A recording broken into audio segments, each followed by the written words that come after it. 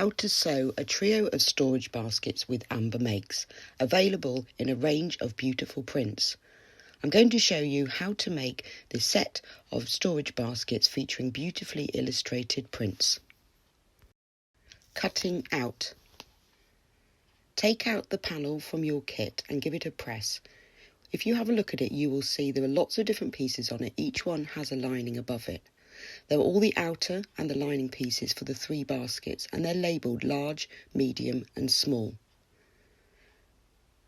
There are also handles on the prints for each of the 3 baskets, which you need to cut out, but these are optional whether you add them in or not, and there are also labels that you can use to personalise your baskets. Once you've cut them out, sort them into piles. So you've got all the pieces for the large basket, the outer, the lining and the handles, and put them into one pile because you're going to make one storage basket at a time.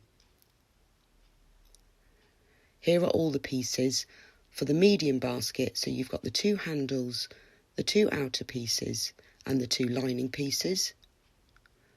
And then here are all the pieces for the small basket. Again, you've got 2 handles, 2 outers and 2 lining pieces. There are also labels that you can use to embroider or write on to personalise, and all the little elephant prints that are in the corners of the cutout corners you can use for your own makes, so keep these and put them to one side. You'll also need some wadding. Now you're ready to make your baskets. Preparing the pieces.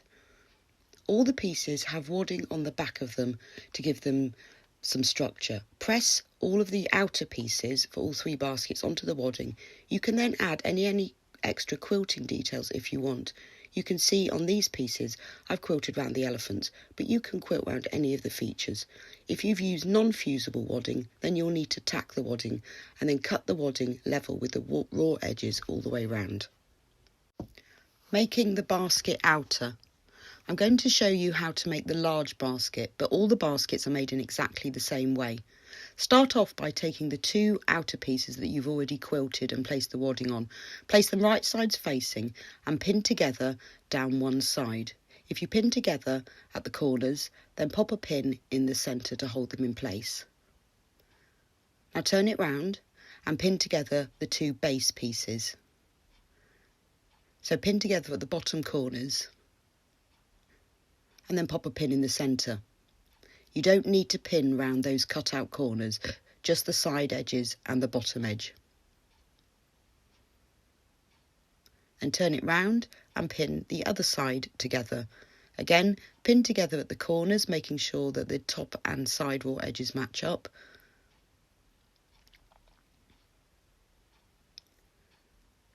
Then pop a pin in the centre. Now sew together down the side, across the bottom and up the other side, but don't sew round those cut out corners. Once this is done, it will look like this. So press the seam open on the base and the sides, then open out the corner, like this. And make sure those 2 seams are matching up, so the side seam and the base seam are matching up.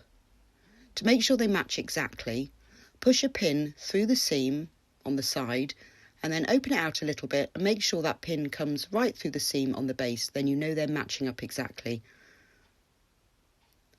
Now if you pin those seams together, you can then remove that placement pin.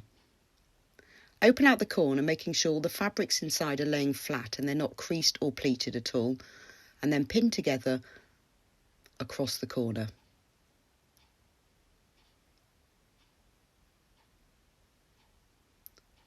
Now you need to repeat this with the other corner. So again, match the side seam and the base seam.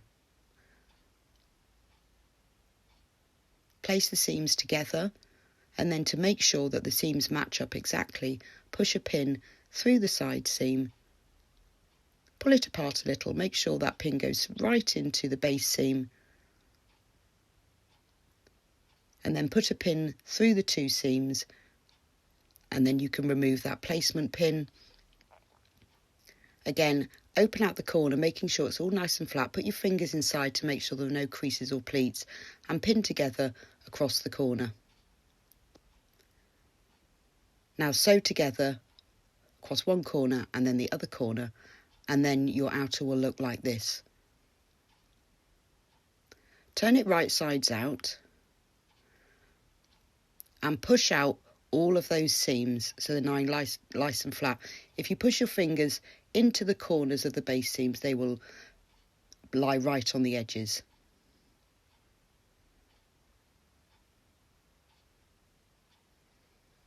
Now you need to press this.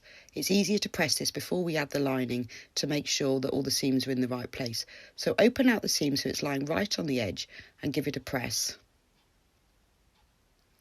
Then open out the other corner seam and again roll it between your fingers to make sure that the seam is lying right on the edge and give it a press. Then to create the bottom side edges, if you take one corner and the other corner like this, lay it flat and press all the way across the front of the outer, and then turn it round and take one corner and the other corner, lay them flat and press across the other. This forms the base section and makes it sure it's all laying nice and flat. And then that's your base basket outer complete. Making the handles. The handles are optional in storage baskets. You can leave these out if you prefer, but if you want to add handles, take one of the handle pieces and place it wrong sides up.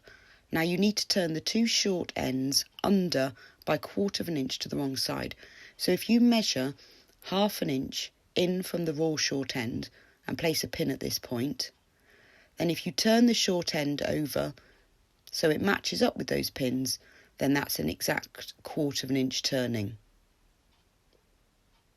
And give that a press to hold it in place.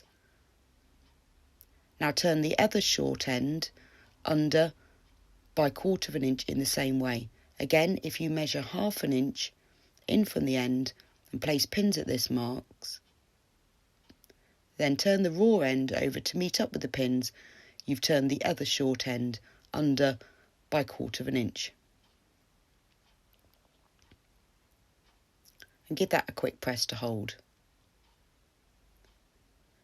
Now fold the whole handle in half with right sides together, making sure those long raw edges meet up. Make sure that the short ends on the top and underneath are still turned under by 1/4 of an inch. These need to stay turned under because it will give a neat edge to your handles. Pin them together and then pin together along the long edge, making sure those raw edges meet up.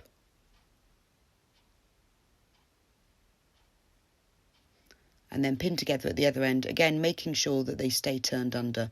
Now sew together along the long edge. Now we need to turn it right sides out now. I've pressed the seam open and I'm going to use a turning tube for this. If you haven't got a turning tube, then just turn it right sides out.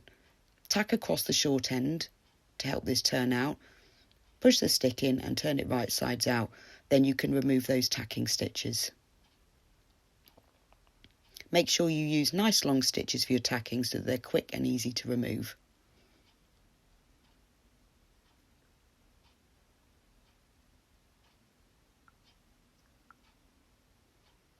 Now make sure that those short ends are still folded underneath and remove the tacking stitches.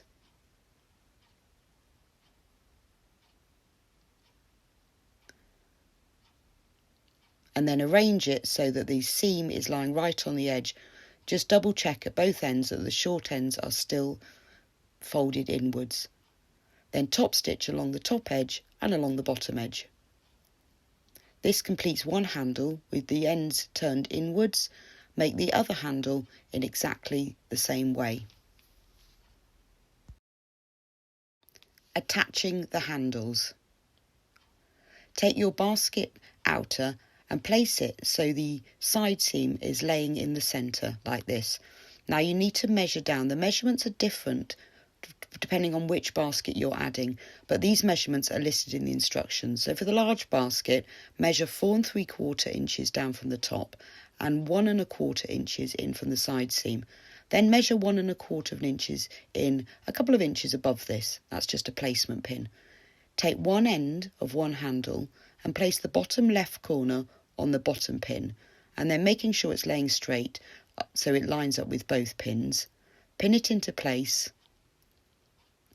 across the bottom, making sure you only pin through the top layer of the basket out and don't go all the way through to the back layer. Then place another pin a little bit higher up. This is just to keep the handle straight. Now measure the other side of the side seam. Measure 4 3/4 inch down from the top. Remember, the measurements are different for different size baskets, so refer to the instructions for these. And then measure 1 1/4 inches inwards from the side seam, so that pin is in the right place. And then measure a little bit further up at the same distance, the 1 1/4 inches in.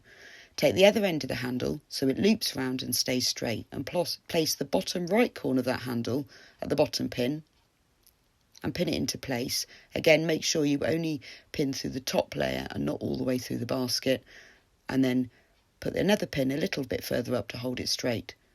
Now we're going to sew these handles into place with a square.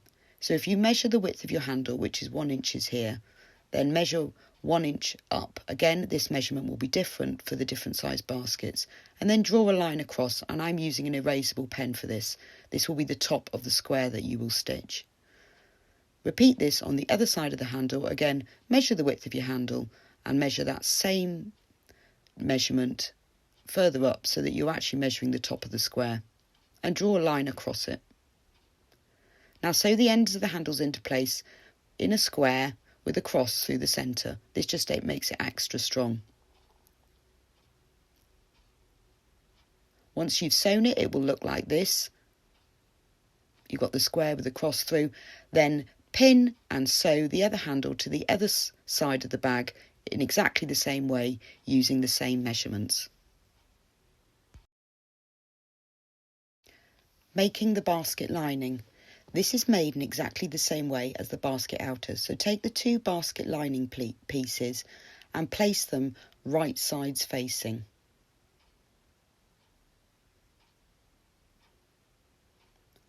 Match up the right hand side, making sure all the raw edges match up, and pin together at the corners, and then place a pin in the centre. Now pin it together down the other side, again matching up the corners first, and pin together. Then pin the bottom edges together. Again, you don't need to pin the cutout corners at all. You need to leave a turning gap in the centre of the bottom edge. The turning gap is different for each of the baskets, and these measurements are listed in the instructions. For the large basket, you need to leave a 3-inch turning gap in the centre. So if you measure 1.5 inches either side of this centre point, that's a 3-inch gap. When you do the other 2 baskets, remember to leave the different size gaps because they're different sizes. Now sew together down the side, not round the cutout corner, from one edge to the turning gap, from the turning gap to the other edge, and up the other sides. So now it will look like this. You've got the turning gap in the centre and the cutout corners aren't stitched.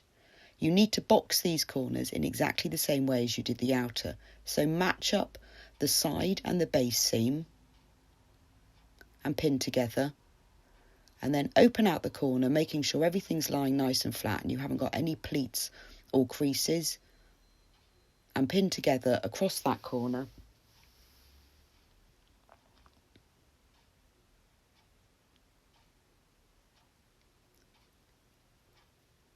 Then repeat this with the other corner. Match up the side and the base seam. You can use the placement pins like I did with the outer to hold them together, but it's not as crucial that they match up perfectly because the lining is obviously inside the basket. So I'm just judging this one by eye.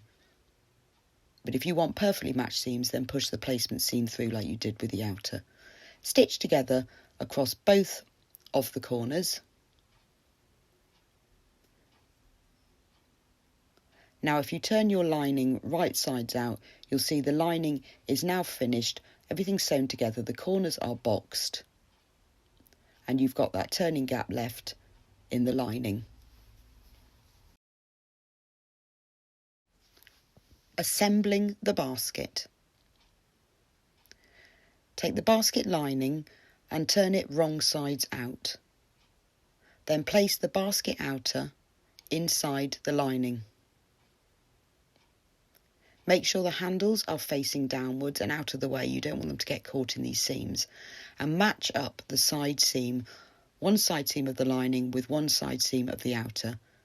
Make sure they match up exactly. You can use placement pins like I did when I was joining together the outers, and then join them together by pinning them. Make sure that the seam allowances are laying open and flat to just reduce bulk in this top edge. So make sure the seams are matching and pinned together. Then pin together around the top edge. Make sure that the raw edges of the lining and the raw edges of the outer are matching up exactly. And then pin them together around the top. The lining and the outer are exactly the same size, so they will fit together nicely.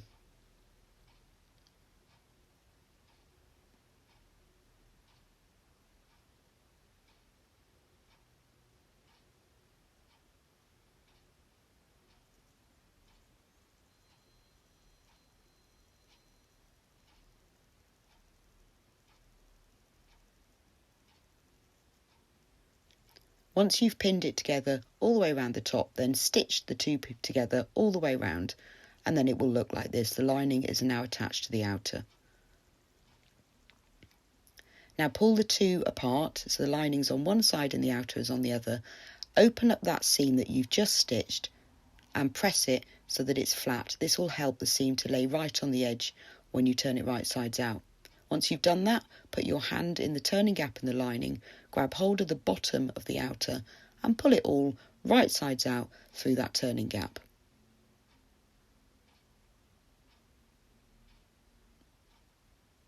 Now open out the lining, pushing the corners out like this. And we now need to close that turning gap. So making sure the edges are turned under, pin the turning gap together, and then you can either slip stitch it together by hand or you can top stitch it by machine all the way along the turning gap.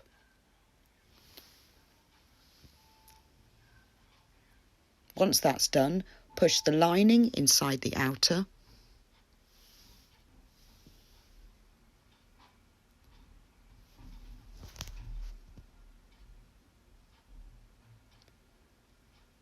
And make sure that that top seam is lying right on the edge. If you roll it between your fingers to make sure it's lying right on the edge, all the way round, just keep pushing the outer. It's important that you do this from the lining side, because we're going to top stitch along here, and the lining side is the side that will be showing once you turn the cuff over. So make sure that you've got the lining side on the outside. Now top stitch all the way around the top edge. Once that's done, it will look like this. Now turn it right sides out again so you've got the outer on the outside. Now to make sure that the lining stays inside, right into the corners, you can work a few little stitches.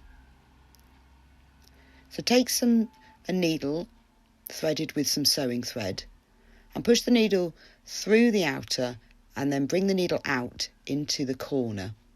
Leave a length of thread and then work 2 or 3 little stitches on top of each other right in the corner of the outer.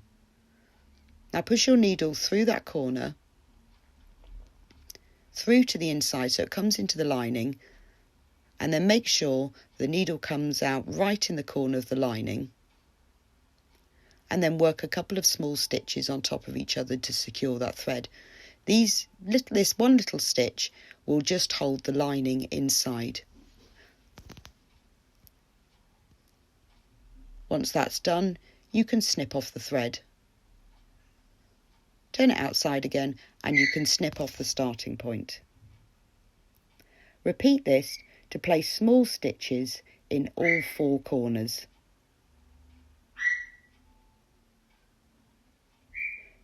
Now turn the top cuff over so that you've got that printed band from the lining that's right on the edge.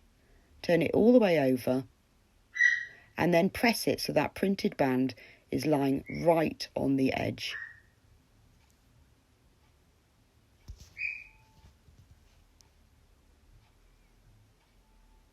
And now your basket is finished and ready to fill.